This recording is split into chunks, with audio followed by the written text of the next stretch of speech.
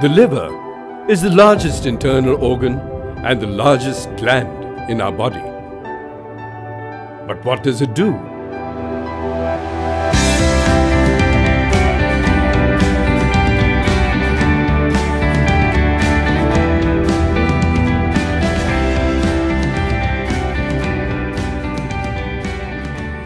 There are many ways of looking at how important the liver is in the human body.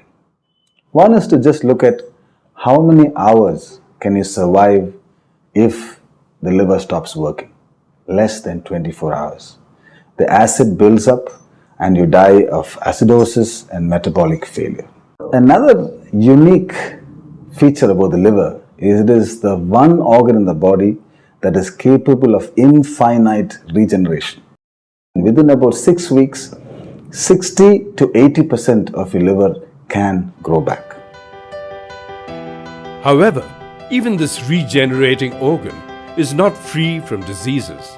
It is prone to several diseases, a few benign, a few serious, a few acute, and some chronic. The liver is subject to a variety of diseases and conditions which could lead to its failure. What are some of the common causes and conditions that need our attention? So primarily there are three conditions which will lead to a patient going into a transplant mode. The first is an alcoholic liver disease where the patient can end with end-stage liver disease. The other important cause which is now coming up with the advent of diabetes and the obesity and other lifestyle diseases which leads to fatty liver diseases, which is otherwise called as non-alcoholic hepatitis, which can ultimately lead to liver failure. So the next set of patients are those with infections. Infections primarily is the viral mode, where you have a plethora of viral infections A, B, C and E, and of which B and C are the two important things which can lead to a chronic liver failure, and these are the patient subset who may need a liver transplant at one time or rather. And these are also a subset of patients where the tumor incidence is much more. So in addition to the liver failure, they may also harbor a tumor for which they need an attention. The third subset of groups of patients who may not necessarily be in complete liver failure, but because of them harboring a tumor, which can be a benign or a malignant, with or without an association of hepatitis infection either B or C, may need attention in terms of a cure or for the reason of a good prognosis in them.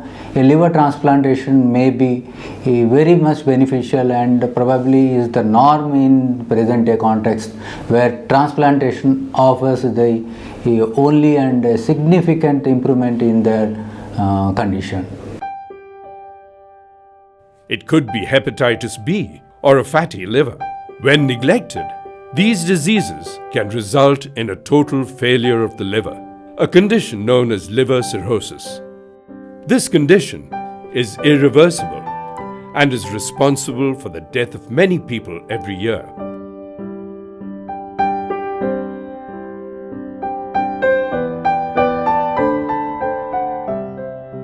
When a person's liver fails, it can be fatal.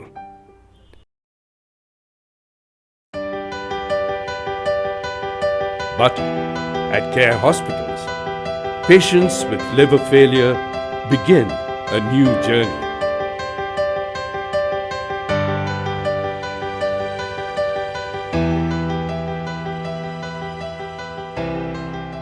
If the injury or the viruses or whatever is the cause is sorted out early, cirrhosis does not happen and transplantation is not required. This is always our aim.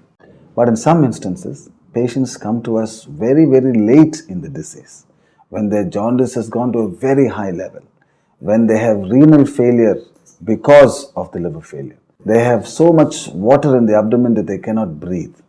In such cases, what we do is we immediately try and put them on the waiting list for a transplant or plan a living donor transplant.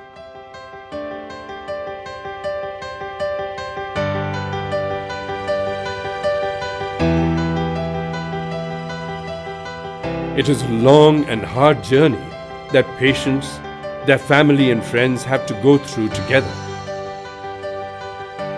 A journey where there are ups and downs. And it is during such times that patients need guidance, both medical and non-medical. Transplantation and liver surgery are not small things. Entire families have to be transported from different cities to our city, sometimes from different states to our state.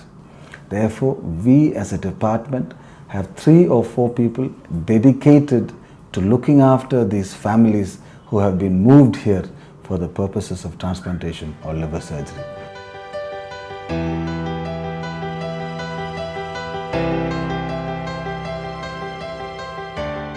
Once the doctor announced this patient is for transplantation, we will start doing assessment. In that we have to cover many investigations like nearly 40 to 50 ml blood we have to draw, and vacutainers also nearly 37 vacutainers, and it should be labeled correctly. And also liver nurses are trained, specially trained in sending all these investigations, like which sample in which vacutainer we have to send it. And we have achieved 0 infection, and also will maintain nurse patient ratio 1:1 always to prevent cross infection. And we have a well team with us. All the doctors are available here 24 hours.